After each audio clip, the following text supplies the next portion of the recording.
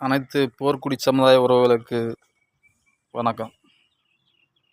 இப்போ நம்ம எதை பற்றி பேசுகிறோம்னா, தமிழ் தேசியம்னு சீமான் ஒரு போலி தமிழ் தேசியம் பேசுகிறாப்புல. எல்லா சமுதாயத்தையும் அந்த சமுதாய பேரை சொல்லி கூப்பிடுவார். ஆனால் இந்த தேவர் சமுதாயத்தை மட்டும் கள்ளர், மறவர் இனத்தை சேர்ந்தவர், அகமுடையார் இனத்தை சேர்ந்தவர் என்று ஒவ்வொரு மேடையிலும் அவர் பேசிக்கொண்டு தான் இருக்கிறார். அதேபோல் மற்ற வன்னியர் சமூகத்தில் எத்தனை பிரிவு உள்ளது அதை பற்றி பேசுகிறாரா? சமீபத்தில் பல்லர் சமுதாயம் இருந்தது, அவர்களுக்கு எத்தனை உட்பிரிவு அதை பற்றி என்றாவது ஒரு நாள் பேசியிருக்கிறாரா? ஆனால் சீமானைப் போலவே தான் மற்ற அரசியல்வாதிகளும் இந்த மக்களை தனித்தனியாகவே அடையாளப்படுத்துகிறார்கள். காரணம் என்ன தெரியுமா? இவர்களுடைய ஜனத்தொகை இந்த தமிழ்நாட்டில் மிக அதிக பெரும்பான்மையாக உள்ளது. தெரிஞ்சுக்கிட்டீங்களா? இவங்க 3 பேர்த்தையும் ஒரே இனமாக சொல்லிட்டோம்னா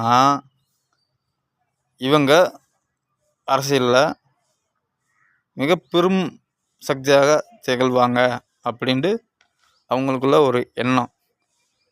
இப்போ மட்டும் இல்லை, எப்பயுமே நம்ம மக்கள் அரசியலில் பெருவாரியாக சக்தியாகத்தான் இருக்கிறார்கள். ஆனால் நாட்டை ஆளும் பொறுப்பு நம் சமுதாயத்திலும் பண்டைய காலம் தொட்டு இருந்தது. மூவேந்தர்களாக இருந்தார்கள். அதற்கான வரலாறுகளும் சான்றுகளும் இருக்கிறது. அதை அழிக்கும் எண்ணம் இந்த 3 பிரிவினரையும் ஒரே பட்டம் என்று சொல்லி அழைப்பதற்கு இங்கே எவனுக்கும் தாட்டியமில்லை, தைரியமில்லை. அப்படித்தான் அரசியல் இருக்கிறது. இதே சீமான் தமிழ் தேசியம் பேசுகிறவன் இந்த 3 சமுதாயமும் ஒரு சமுதாயம்தான், ஏன் மற்ற சமுதாயம் 6 பிரிவை சேர்த்து விட்டு ஒரு பெயர் அழைத்தீர்கள், 8 பிரிவை சேர்த்து ஒரு சமுதாயம் என்று அழைத்தீர்கள். ஆனால் ஒரு 3 பிரிவை சேர்த்து அரசாணை வெளியிட சீமான் சொல்லப்படாதா? அன்று தொட்டு இன்று வரை எல்லா அரசியல்வாதிகளும் இந்த சமுதாயத்தை பிரித்து அரசியல் செய்கிறார்கள். இந்த அரசியல் இந்த மக்களுக்கு என்று புரியப் போகிறது? இன்னொன்று, தமிழ்நாட்டில் உள்ள அனைத்து ஜாதி மக்களுக்கும் ஒரே சர்டிஃபிகேட். பிசி என்றால் பிசி, எம்பிசி என்றால் எம்பிசி. ஆனால் தமிழ்நாட்டில் இப்படி ஒரு சாதி பட்டியலில் உள்ள சமூகம் இந்த தேவரினம். ஏனென்றால் இங்கு பிசி செட் பட்டியல், எம்பிசி பட்டியல், டிஎன்சி, டிஎன்டி 4 சான்றிதழ் வழங்கப்படுகிறது ஒரே சமுதாயத்திற்கு. வெறும் 3 பிரிவு உள்ள ஒரு சமுதாயத்திற்கு 4 பிரிவு சான்றிதழ் வழங்கப்படுகிறது, சாதி சான்றிதழ். தற்போது எல்லா அரசியல் கட்சிகளும் கூட்டணி சேர்ந்துள்ளது. ஒவ்வொரு கூட்டணியிலும் ஒருவர் புலிக்கொடியை ஏந்தி கொண்டு நானும் தேவர் என்று சொல்லிக்கொண்டு வந்திருக்கிறார்கள். அது டிஎம்கே கூட்டணியாக இருந்தாலும் சரி, ஏடிஎம்கே கூட்டணியாக இருந்தாலும் சரி, பாஜக கூட்டணியாக இருந்தாலும் சரி, ஒவ்வொரு கட்சியிலும் ஒரு புலிக்கொடி பறக்கும். இவர்கள் எப்போது ஒன்று சேர்ந்து ஒரு வலுவான கூட்டணி, வலுவான அரசியலை பெறப்போகிறார்கள் என்று தெரியவில்லை. மற்றவர்கள் சொல்கிறார்கள் சசிகலா இருக்கிறார்கள், டிடிவி, ஓபிஎஸ் என்று சொல்கிறார்கள். நன்றாக தெரிந்து கொள்ள வேண்டும், இங்கே ஓபிஎஸ் 3 தடவை முதலமைச்சராக இருந்தவர். இந்த சமுதாயத்திற்காக ஒரு கிள்ளு கீரை கூட கிள்ளி போட்டதில்லை. சாதி சான்றிதழுக்காக நம் முன்னோர்கள் டிஎன்டி சான்றிதழ் கேட்டு அவர் வீட்டு முன் தர்ணா போராட்டம் நடத்தினார்கள். இதைவிட ஒருவரெல்லாம் காலில் விழுந்தார். இதை வெளியில் சொல்ல வெட்கமாக இருக்கிறது. ஆனால் ஓபிஎஸ் அவர் இன்று கூனி குறுகி எதிர்க்கட்சியிடம் சேர்ந்திருக்கிறார். ஆனால் நன்றாக தெரிந்து கொள்ளுங்கள். ஒரு மாநிலத்தின் தலைமை பதவியான முதல்வர் பதவி கிடைத்தும் முன்னேறாத ஒரு சமூகம் என்றால் அது இந்த தேவர் சமூகம். இதற்கு எத்தனை பேர் சீமான் ஒரு துரோகம் செய்கிறார். இங்கே நம் சமுதாயத்திலேயே 1000 பேர் துரோகம் செய்கிறார்கள். ஆனால் இந்த அரசியல் இந்த மக்களுக்கு எப்போது தெளிவு பெறப்போகிறார்கள் என்று தெரியவில்லை. இன்று டிஎம்கே கூட்டணி, ஏடிஎம்கே கூட்டணி, பாஜக கூட்டணி. ஆனால் ஒருவன் கூட தேவர் அரசாணை பற்றி பேசவே இல்லை. ஏன் பேசவில்லை? கேட்பதற்கு நாதி இல்லை. உன் வரலாற்றை அழிக்க நினைக்கிறார்கள். ஏனென்றால் ஒவ்வொரு மன்னர்களிலும் பட்டங்களிலும் இந்த பெயர் உள்ளது. அந்த மன்னர்கள் யார் என்றால் இந்த 3 பிரிவில் ஒருவராக இருக்கிறார்.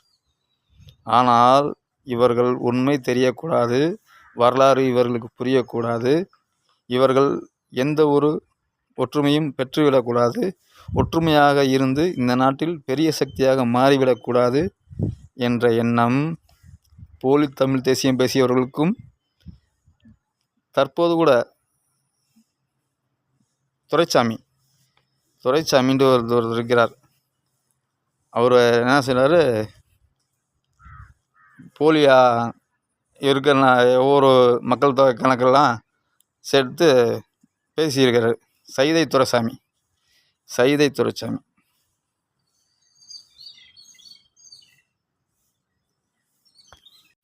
அனைத்து போர்க்குடி சமுதாய உறவுகளுக்கு அன்பான வணக்கம். இப்போது அனைவரும் தேர்தல் நெருங்கிவிட்ட காரணத்தால் இன்னும் 3 மாத காலத்தில் தேர்தலுக்கு வாக்கு பதிவு செய்ய ஆயத்தமாகிக் கொண்டிருக்கிறீர்கள். ஆனால் இந்த போர்க்குடி மக்களின் உண்மையான கோரிக்கை நிறைவேற்றப்பட்டதா? யாராவது யோசித்தீர்களா? இந்த தமிழ்நாட்டில் 9 பிரிவுகள் கொண்ட ஒரு சமூகம் ஒரே பெயரிட்டு அழைக்கப்பட்டிருக்கிறது.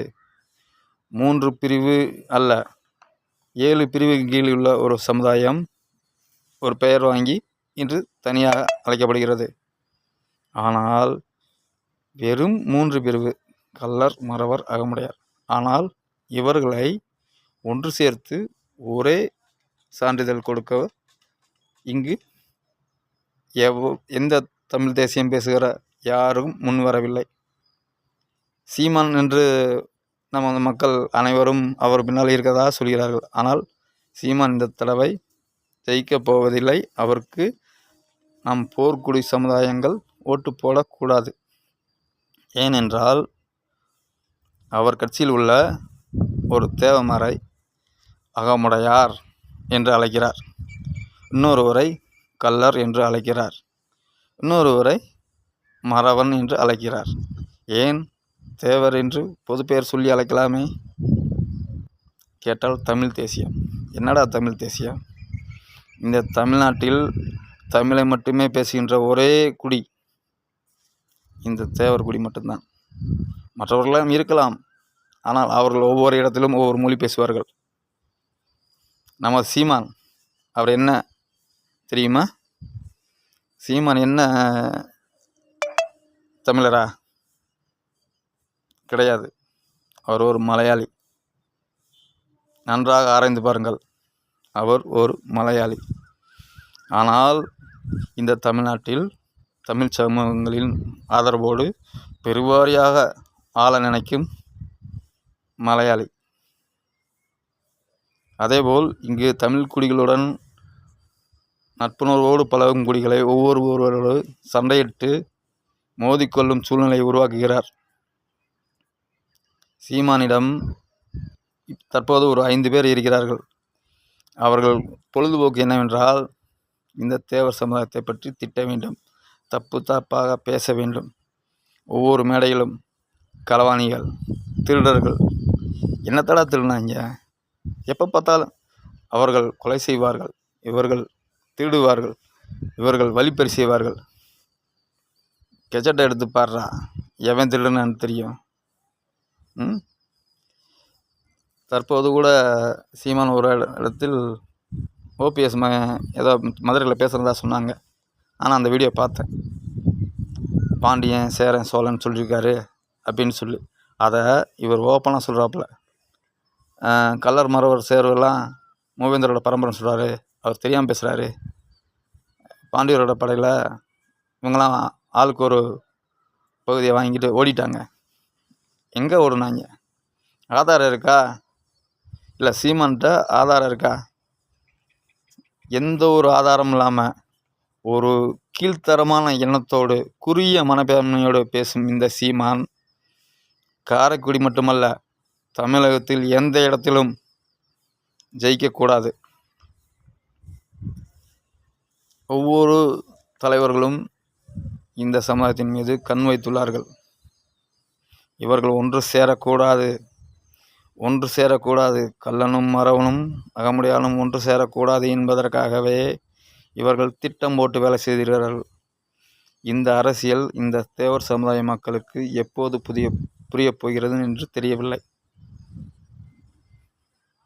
ஒன்று மட்டும் உறுதியாக தெரிந்து கொள்ளுங்கள், தேவர் அரசாணை என்று இன்று வரை எந்த கூட்டணி கட்சியும் சொல்லவில்லை. ஏன்? இங்கே ஒவ்வொரு கூட்டணியிலும் ஒரு புலிக்கொடி போகிறது. அதில் யாராவது ஒரு தலைவர் இதுவரை எங்களுக்கு தேவர் அரசாணை வேண்டும் என்று கேட்டார்களா? ஏன் கேட்கவில்லை? கதிரவன் 1000 பார்வர்ட் பிளாக், கதிரவன் ஒரு பக்கம், சுரேஷ் தேவர் ஒரு பக்கம், இப்படி பலவாறாக பிரிந்து கொண்டிருக்கிறார்கள். ஆனால் ஒரே புள்ளியில் நாங்கள் எல்லோரும் ஒன்றாக இருக்கிறோம் என்று சொல்லலாமே. ஆனால் இந்த தேவர் சமூக தலைவர்களில் நான் விரும்பி ஒரு உன்னதமாக பாதையில் சென்று கொண்டிருப்பவர் பிஎம்டி இசக்கி ராஜா தேவர் மட்டுமே. அவரை போல் சமூக பற்றும் பொறுப்பும் உள்ள மனிதர்கள் நிறைய இருந்திருக்கிறார்கள். ஆனால் இன்று அவர் மட்டும்தான் நம் கண்ணுக்கு தெரிகிறது. தேவர் அரசாணை வேண்டும், தேவர் அரசாணை வேண்டும். அப்போதுதான் ஒரே சான்றிதழ், ஒரே சலுகை ஒட்டுமொத்த மக்களுக்கு வேண்டும். இந்த இந்தியாவில், அதுவும் தமிழ்நாட்டில் ஒட்டுமொத்த சமூகத்தில் 29 முதல் 35% வரை வாழ்கிற ஒரு சமூகம் தேவர் சமூகம். இன்று யாரோ சொல்லிக்கிறார், நாங்கள் 1.5 கோடி 2.5 கோடி 3.5 கோடி என்று மைனாரிட்டி சமுதாயம் எல்லாம் சொல்லிக் கொண்டிருக்கிறார்கள். ஆனால் தமிழ்நாட்டில் பெரும்பான்மையான உள்ள சமுதாயம் எத்தனை சதவீதம் என்றே தெரியாமல் வாழ்ந்து கொண்டிருக்கிறது. போர்க்குடியினமே, அரசியல் பழகு. நமக்கு அரசியல் ஒன்றும் புதிதல்ல. நாம் புதிதாக ஒரு வரலாறு எழுத தேவையில்லை. ஏனென்றால் நம்ம விட இன்று உள்ள வரலாறை விட நம் முன்னோர்கள் நிறையவே வரலாறு படைத்துள்ளார்கள். ஆனால் இன்று நாம் அரசியலில் முன்னிலையில் நிறுத்தி வெற்றி பெற வேண்டும். அரசியல்தான் ஒரு சமுதாயத்தை முன்னேற்ற பாதையில் கொண்டு செல்லும். கல்வி இருந்தாலும் கல்வி இல்லாவிட்டாலும் அரசியல் செல்வாக்கு நமக்கு வேண்டும். அரசியல் செல்வாக்கு வந்துவிட்டால் ஆட்டோமேட்டிக்காக நம்மளுக்கு சலுகைகள் வந்துவிடும், சான்றிதழ் கொடுத்து விடுவார்கள். அதை வைத்து கல்வி வளம் பெறுகிறோம். இன்று நம்ம சமுதாயத்தில் அதிகமாக கல்வி அறிவு பெற்றவர்கள் நிறையவே இருக்கிறார்கள். ஆனால் எடுத்துக்காட்டாக ரத்னவேல் பாண்டியன் அந்த காலத்திலே நம் சமூகத்தில் மிகப்பெரிய அந்தஸ்தில் இருந்து இன்று எல்லா சமூகத்திற்கும் போராடி வாங்கி கொடுத்தார். ஆனால் சலுகைகள் வாங்கி வர முன்னேற்பாடுகள் செய்து அதற்கான வேலைகளை அதிகமாக செய்தவர். ஆனால் அன்று நமக்கு வழங்கப்பட்டது டிஎன்டி. அதற்கு பிற்பாடு வந்த அரசியல் தலைவர்கள் நம்மை பிரித்து டிஎன்சி, பிசி, எம்பிசி என்று பிரித்துள்ளார்கள். அதற்கு ரத்னவேல் பாண்டியனுக்கு அப்புறம் நம் சமுதாயத்தில் எத்தனையோ தலைவர்கள் இருந்திருக்கிறார்கள், எத்தனையோ நீதிபதிகள் இருந்திருக்கிறார்கள். ஆனால் அவர்களுக்கு செயல்படாமல் தடுத்தது யார்? அதை நாம் உற்று நோக்க வேண்டும். இந்த அரசியல், இனி வரும் அரசியலை நாம் எப்படி இருக்க வேண்டும் என்பதை நம் சமுதாய தலைவர்கள்